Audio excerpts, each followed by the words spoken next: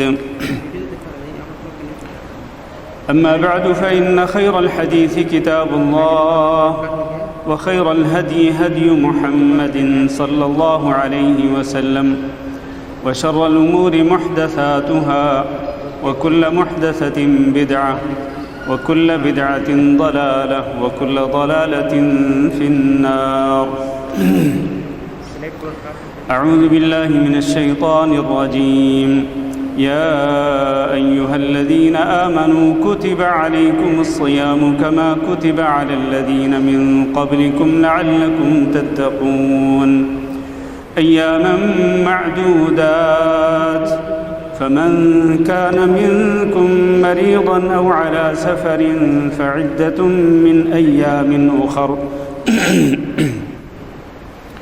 وعلى الذين يطيقونه فدية طعام مسكين فمن تطوع خيرا فهو خير له وأن تصوموا خير لكم إن كنتم تعلمون شهر رمضان الذي أنزل فيه القرآن هدى للناس وبينات من الهدى والفرقان فمن شهد منكم الشهر فليصمه ومن كان مريضا أو على سفر فعدة من أيام أخر يريد الله بكم اليسر ولا يريد بكم العسر ولتكملوا العدة ولتكبروا الله على ما هداكم ولعلكم تشكرون.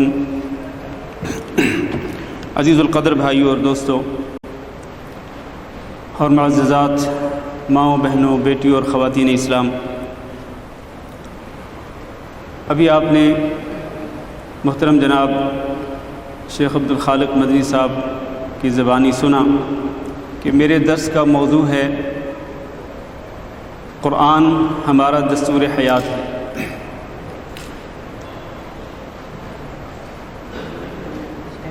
جیسا کہ آپ جانتے ہیں کہ اللہ رب العزت نے انسانیت کی رشد و ہدایت کے لیے قرآن مجید کو نازل کیا۔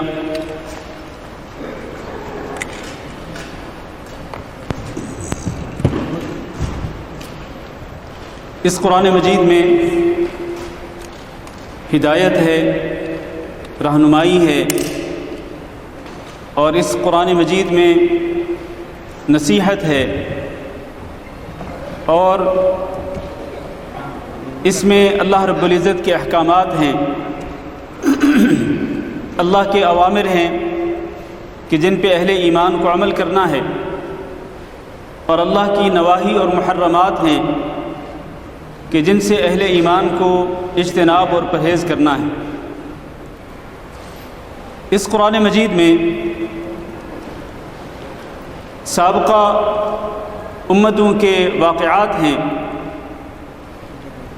اور انبیاء کرام علیہم السلام کے قصص ہیں کہ جن کو پڑھ کر اور جن کو سن کر اہل ایمان درس عبرت حاصل کر سکتے ہیں۔ اس کتاب میں اللہ رب العزت نے اخلاق و کردار کو سنوارنے کے لیے اور مومن کی شخصیت کو سنوارنے کے لیے بہت ساری تعلیمات اور ہدایات دی ہیں۔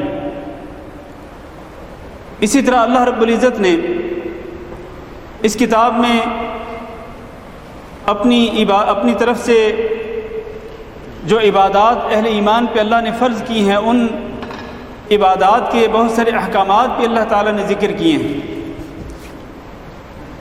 میرے بھائیوں، یہ کتاب اللہ رب العزت کی طرف سے نازل کردہ ہے، اللہ نے فرمایا وَإِنَّهُ لَتَنزِيلُ رَبِّ الْعَالَمِينَ نَزَلَ بِهِ الرُّوحُ الْأَمِينُ عَلَى قَلْبِكَ لِتَكُونَ مِنَ الْمُنذِرِينَ بِلِسَانٍ عَرَبِيٍّ مُبِينٍ.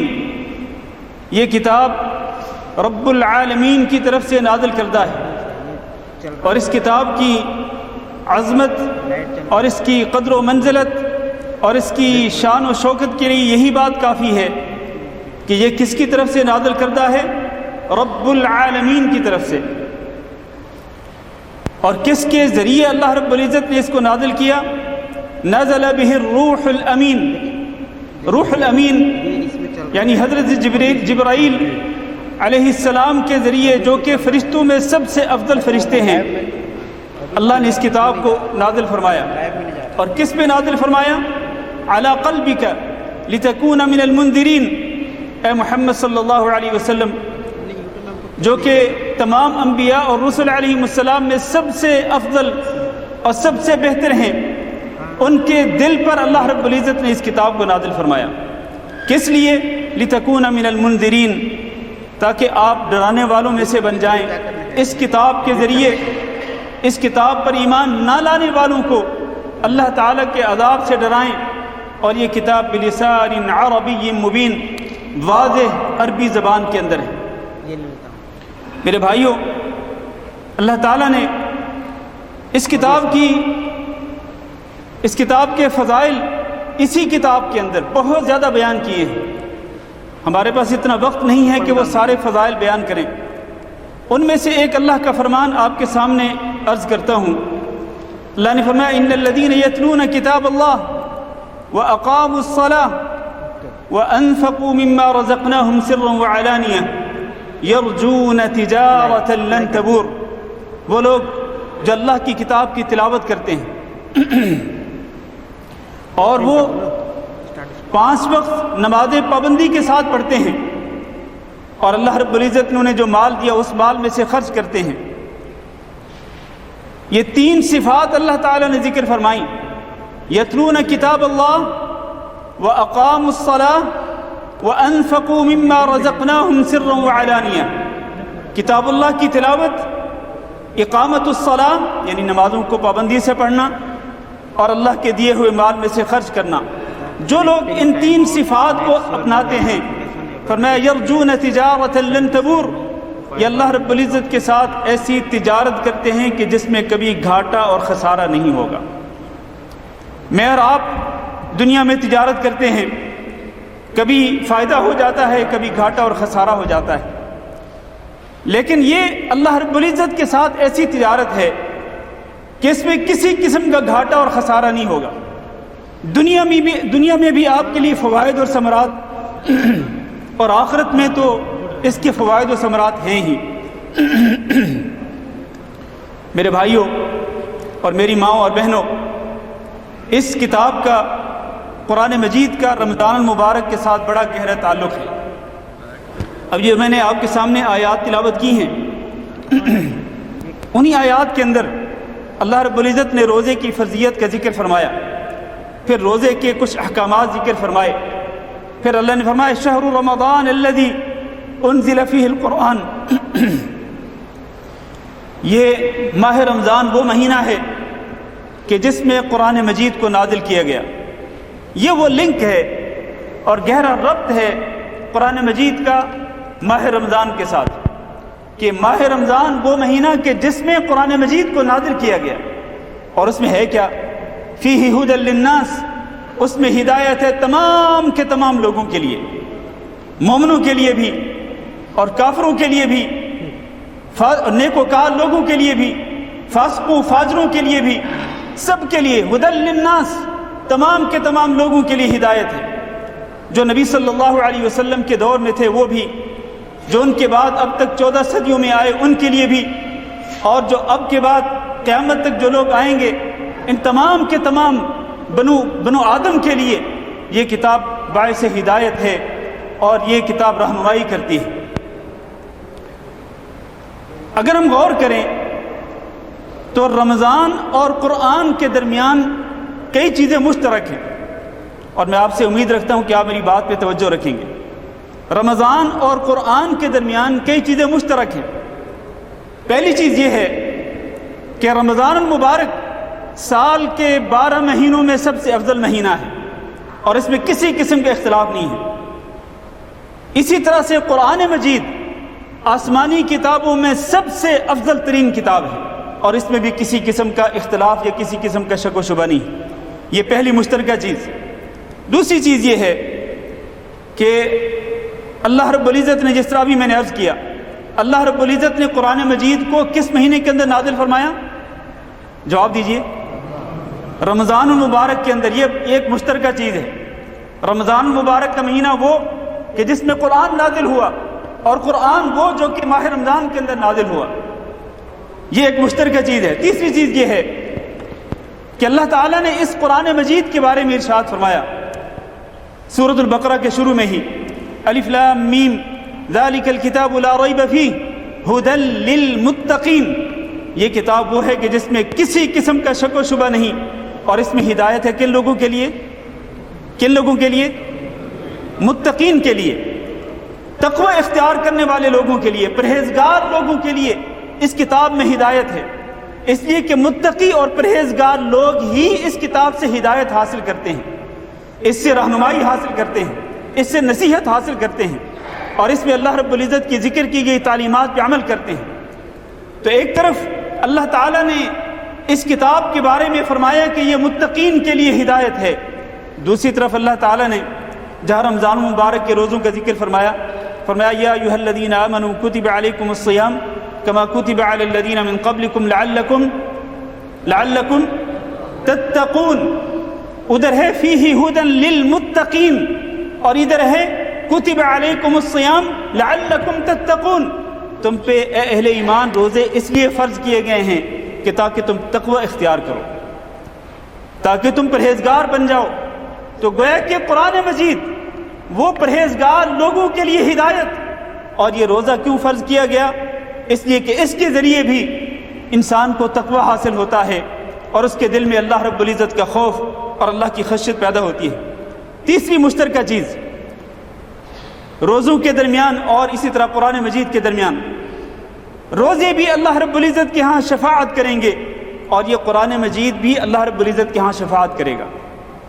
روزہ کہے گا اللہ اے ربی منعتہ من الطعام والشراب، اے میرے رب میں نے اس بندے کو یعنی روزہ دار کو سارا دن کھانے سے روکے رکھا، پینے سے روکے رکھا، شہوات سے روکے رکھا، لہذا اے اللہ میری اس کے بارے میں شفاعت قبول فرما۔ اور قرآن مجید کہے گا کہ اے میرے رب میں نے اس کو رات کو سونے سے روکے رکھا، کہ یہ رات کو اٹھتا تھا اور اللہ تیری بارگاہ میں کھڑے ہو کر میری یعنی قرآن مجید کی تلاوت کرتا تھا، اور قرآن مجید کو پڑھ کر اپنے ایمان کو منور کرتا تھا، اپنے دل کو منور کرتا تھا۔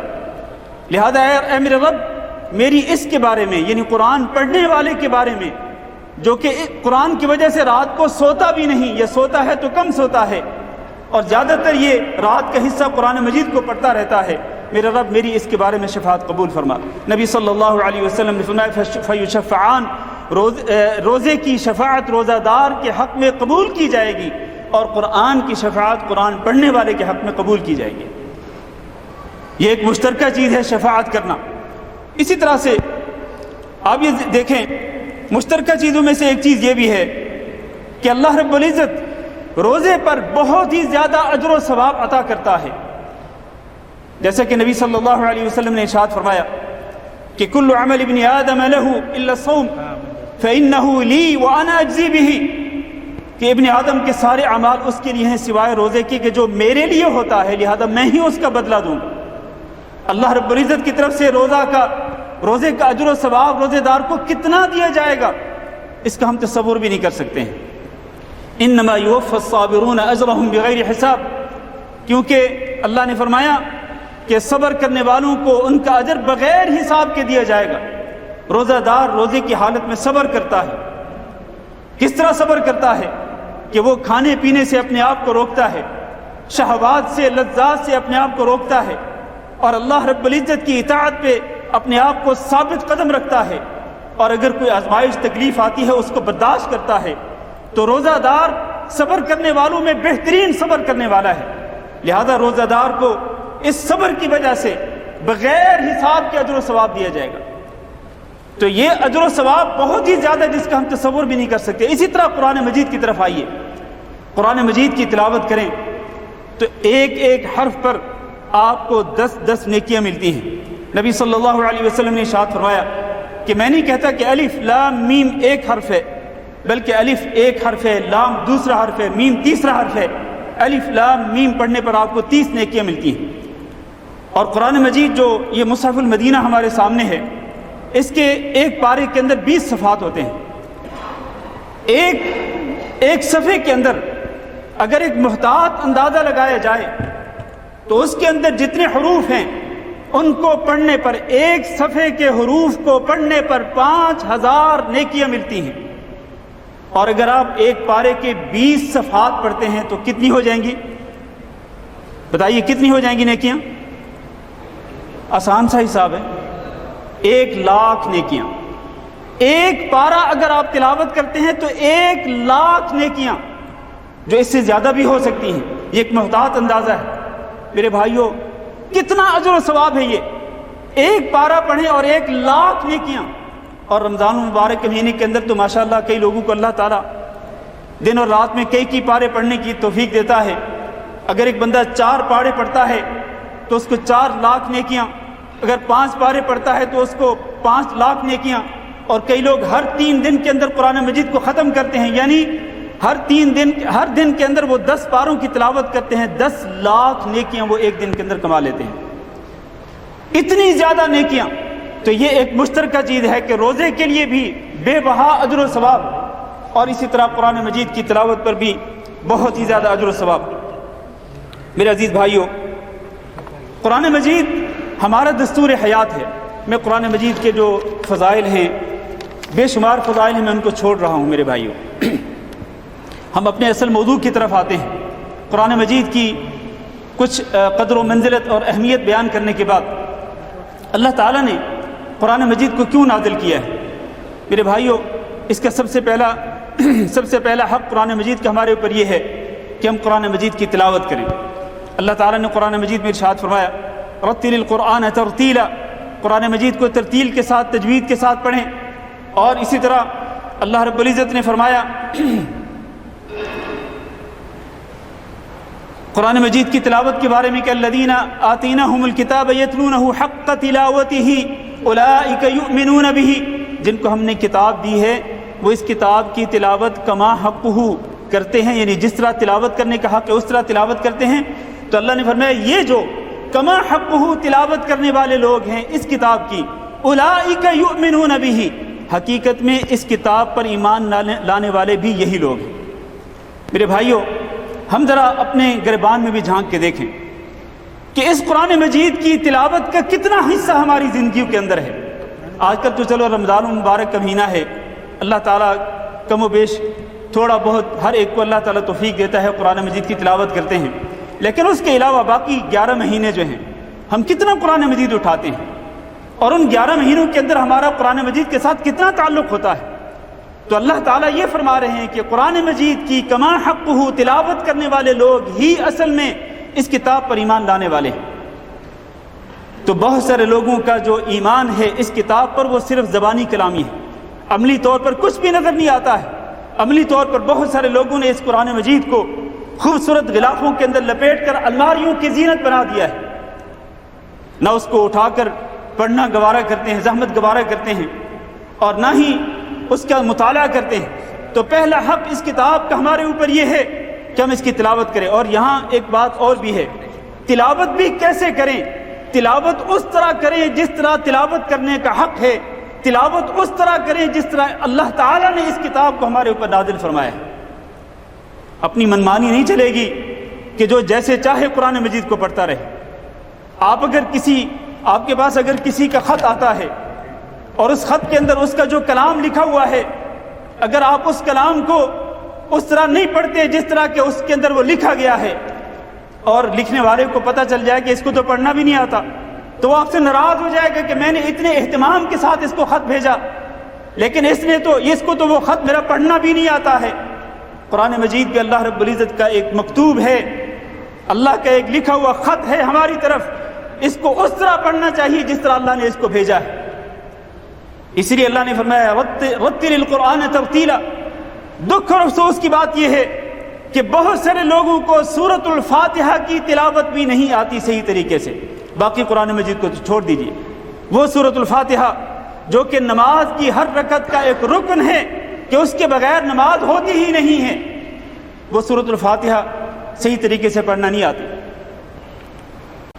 نبی کریم صلی اللہ علیہ وسلم نے فرمایا کہ کیا تمہیں یہ بات اچھی نہیں لگتی کہ تم میں سے کوئی شخص مسجد کے اندر آئے اور اس کو 2 بہترین موٹی تازی دودھ دینے والی اونٹنیاں مل جائیں؟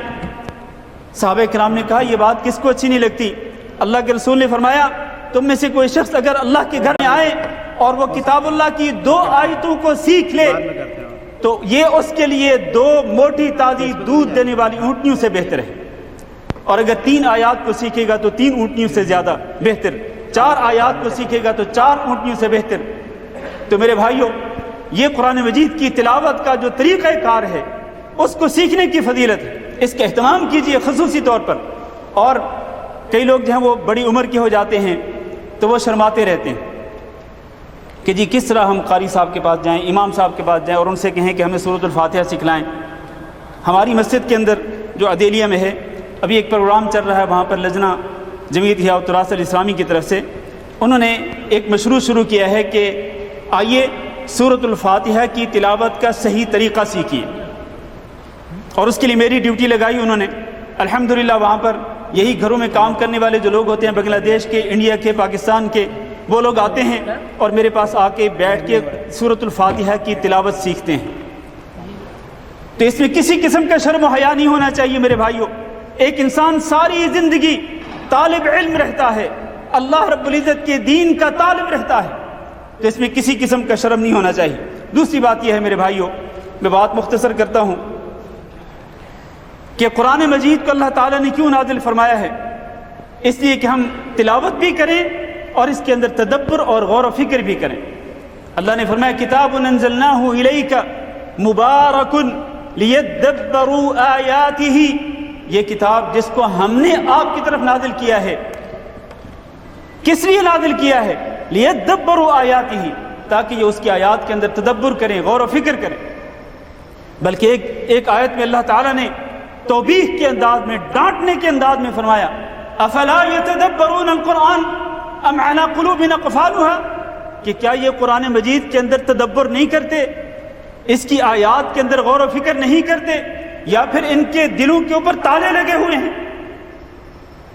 حقیقت یہ ہے میرے عزیز بھائیوں کہ آج کل بہت سارے مسلمانوں کے دلوں پہ تالے لگے ہوئے ہیں۔ کیوں؟ اس لیے کہ وہ قرآن مجید کے اندر تدبر نہیں کرتے، قرآن مجید کی آیات کے اندر غور و فکر نہیں کرتے، وہ اس بات کو جاننے کی زحمت نہیں گوارا کرتے کہ اللہ تعالیٰ نے قرآن مجید کی آیات کے اندر کن باتوں کا حکم دیا ہے کہ جن پہ عمل کرنا ہے، اللہ تعالیٰ نے کن باتوں سے منع کیا جن سے اجتناب اور پرہیز کرنا ہے، اللہ نے اخلاق و کردار کو سنوارنے کے لیے کون سی ہدایات دی ہیں کہ جن کو اپنانا ہے، اختیار کرنا ہے۔ میرے بھائیوں، آئیے قرآن مجید کو اپنے سینے میں اتاریے۔ قرآن مجید کو صرف سینے سے لگانا نہیں ہے، جس طرح لوگ قرآن مجید کو اٹھا کر چومتے ہیں، سینے سے لگا لیتے ہیں اور پھر واپس رکھ دیتے ہیں، یہ کافی نہیں ہے۔ قرآن مجید کو اٹھائیں، اس کو پڑھیں، اور اس کے اندر جو آیات کے معانی اور مفاہیم ہیں ان کو دل کے اندر اتاریے۔ اور پھر جب آپ قرآن مجید کا ترجمہ پڑھیں گے، قرآن مجید کی تفسیر پڑھیں گے، تو پھر اس کے بعد جو اگلا مرحلہ ہے وہ یہ ہے کہ آپ قرآن مجید کو اپنا دستور حیات بنائیں، قرآن مجید کو عملی جامہ پہنائیں، قرآن مجید کی تعلیمات پہ عمل کریں، اللہ کے اوامر پہ عمل کریں، اللہ کی نواہی اور محرمات سے اجتناب اور پرہیز کریں۔ اللہ تعالیٰ نے اس کتاب کے اندر زندگی گزارنے کا پورا سلیقہ بیان کر دیا ہے، اس لیے اس کو دستور حیات کہتے ہیں۔ زندگی گزارنے کا پورا انداز، طرز عمل، پورا سلیقہ اللہ تعالیٰ نے بیان کر دیا ہے۔ چنانچہ آپ دیکھیں اللہ تعالیٰ نے قرآن مجید کے اندر عقیدہ توحید کو بڑے ہی مثبت انداز کے ساتھ بیان فرمایا ہے۔ اور مشرکین کے شبہات کا رد کیا ہے کہ مشرکین کن کن شبہات کا سہارا لے کر اللہ رب العزت کی عبادت میں شریک بناتے ہیں، اللہ تعالیٰ نے ان کے شبہات کا رد کیا ہے اور اپنی توحید ربوبیت اور توحید الوہیت کو ثابت کیا ہے مختلف دلائل و براہین دے کر۔ اور اللہ تعالیٰ نے فکر کرنے والوں کو، غور و فکر کرنے والوں کو، سوچنے والوں کو سوچنے اور غور و فکر کرنے کی دعوت دی ہے کہ آؤ اللہ کی آیات کے اندر غور و فکر کرو اور اللہ رب العزت کی توحید کو مان لو۔ اسی طرح اللہ رب العزت نے عقیدہ توحید کے علاوہ اللہ تعالیٰ نے اپنی عبادات کا بھی ذکر کیا ہے۔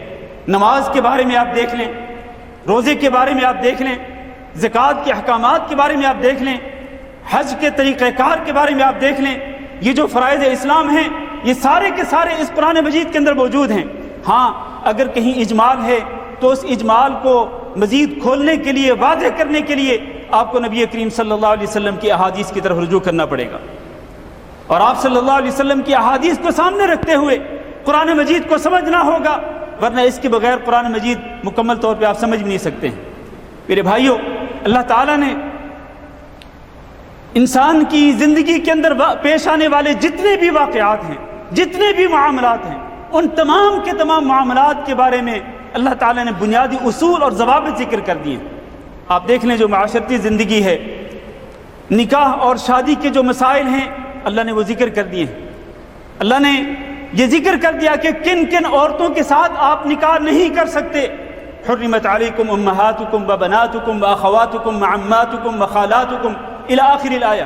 پھر فرمایا وأحل لکم ما وراء ذلکم، ان محرمات کو چھوڑ کر جن کے ساتھ نکاح کرنا جائز نہیں، ان کے علاوہ باقی ساری عورتیں آپ کے لیے حلال ہیں کہ ان کے ساتھ آپ نکاح کریں اور نکاح کے بعد آپ ازدواجی زندگی بسر کریں۔ نکاح اور اسی طرح طلاق کے مسائل اللہ تعالیٰ نے تفصیل کے ساتھ بیان کر دیے ہیں۔ اسی طرح معاشرت کے مسائل اللہ تعالیٰ نے تفصیل سے ذکر کر دیے ہیں۔ اللہ نے فرمایا وَلَهُنَّ مِثْلُ الَّذِي عَلَيْهِنَّ بِالْمَعْرُوفِ، ان عورتوں کے تمہارے اوپر اسی طرح حقوق ہیں جس طرح تمہارے ان کے اوپر حقوق ہیں۔ وَلِلرِّجَالِ عَلَيْهِنَّ دَرَجَةٌ، لیکن مردوں کو ان کے اوپر درجہ حاصل ہے، فضیلت حاصل ہے۔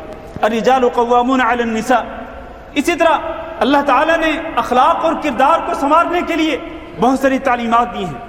گھروں کے اندر جانے اور گھروں سے نکلنے کے آداب اللہ تعالیٰ نے ذکر کر دیے ہیں۔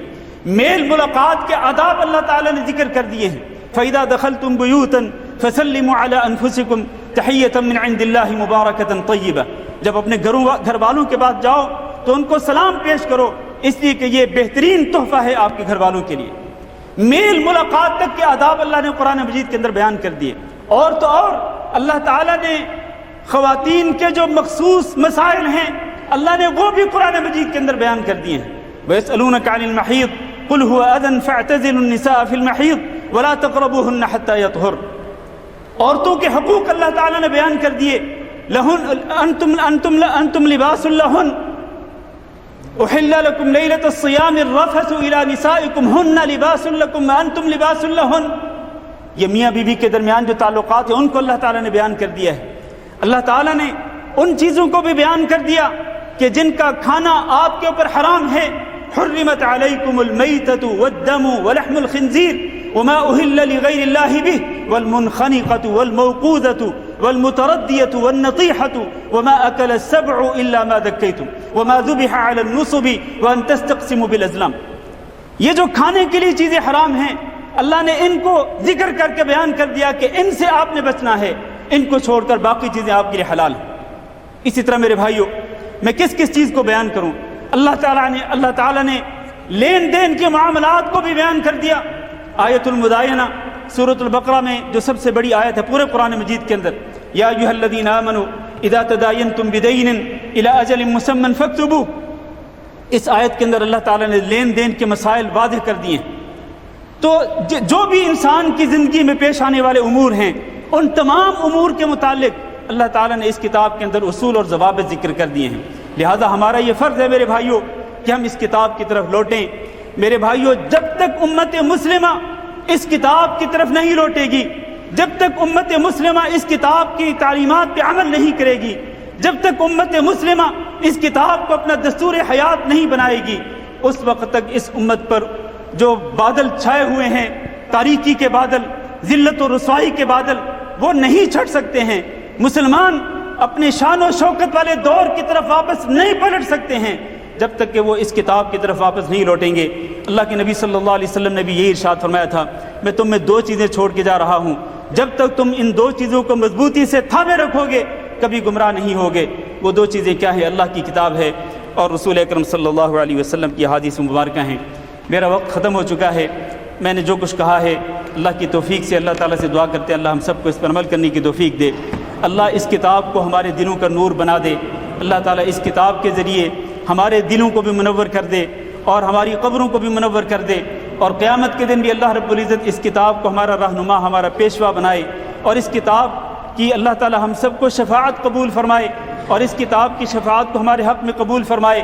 میرے بھائیو، القرآن حجت لک او علیک، یہ قرآن مجید یا تو قیامت کے دن آپ کے حق میں دلیل بنے گا یا پھر آپ کے خلاف دلیل بنے گا، تو کہیں ایسا نہ ہو کہ قرآن مجید قیامت کے دن ہمارے خلاف گواہی دے رہا ہو اور ہم پھر اللہ رب العزت کی عدالت کے اندر ذلیل و رسوا ہو کے رہ جائیں۔ آئیں قرآن مجید کو تھام لیں اور اس کو پڑھیں بھی، اس کے اندر تدبر بھی کریں اور اس کو دستور حیات بنا لیں۔ اسی میں ہماری خیر و بھلائی ہے، اسی میں ہماری کامیابی ہے۔ اللہ تعالی ہم سب کو دنیا اور آخرت کی کامرانیوں سے اور کامیابیوں سے سرفراز فرمائے۔ وجزاکم اللہ خیرا، والسلام علیکم ورحمۃ اللہ وبرکاتہ۔